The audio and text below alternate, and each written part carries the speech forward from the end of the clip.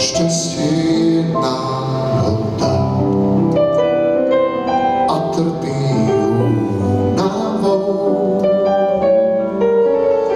Niekomu málo dá, niekomu so zľavou, niekomu nadelí život len z nedelí.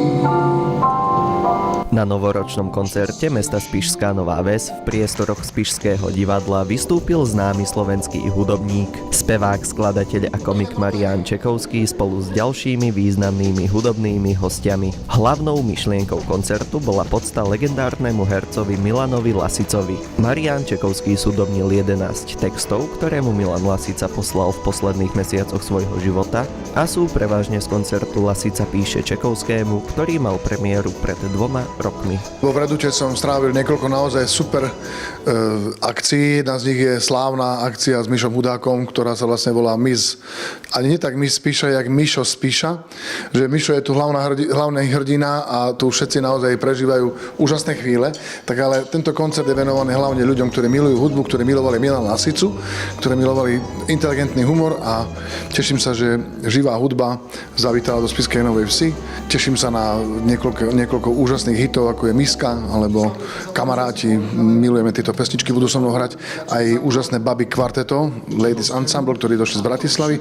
Budem konečne vidieť po dlhom čase aj svoju sestru. Teším sa na svoju rodinu. Som šťastná, že som súčasťou tohto krásneho projektu, ktorý je vlastne projektom môjho brata a pána Lasicu. A ten pán Lasica bol súčasťou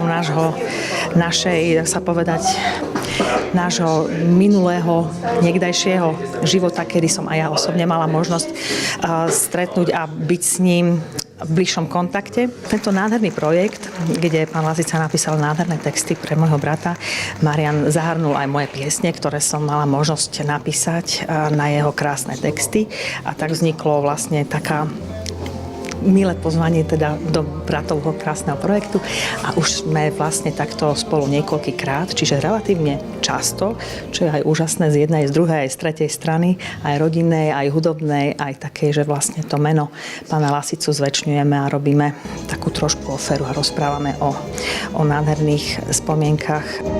Spomienky robia zo mňa blázna, minulosť akákoľvek krásna. Nebolo prekvapením, že divadlo bolo zaplnené do posledného miesta a vystupujúci to náležite ocenili. Aj kvôli príjemnej komornej atmosfére divadla sa tu interpreti radi vracajú.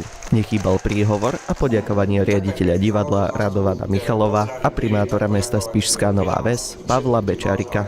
Želám všetkým krásny, šťastný nový rok a tie krásne Vianoce roztranské, takže nebudem veľa rozprávať, ale naozaj nech sa vám splňa všetky vaše sny, predsavzatia, ciele, nech nevyhodíte peniaze zbytočne za tie fitness permanentky, nech zdoláte všetky srdcia, ktoré máte v pláne zdolať. Všetko dobré. Želám všetko dobré. Bola som tu už pomerne dávnejšie. Je to nádherný priestor, plný histórie. A to divadlo je naozaj úplne nádherné, má to svojho génia loci. Takže malinké, malebné. Som rád, že Spišská žije vždycky týmto kultúrnym životom, vždy žila aj bude. Odtiaľ pochádza veľa dobrých, zaujímavých ľudí, ktorí teraz fungujú aj v Bratislave a stretávam sa s nimi aj tam a vždycky na to mesto spomíname radi. Publikum je tu naozaj veľmi ľudné a teším sa, že prijali pozvanie na dnešný úžasný koncert. Pevne verím, že si to spoločne užijeme. Je to veľmi príjemné divadlo, príjemný priestor, nie je to nič obrovské a je to veľmi intimné, takže ono to v podstate je obrovské, len je to tak celé situované, že to vyzerá tak komorne, ale je to krásne, naozaj prekrásne divadlo, mám to tu naozaj rád.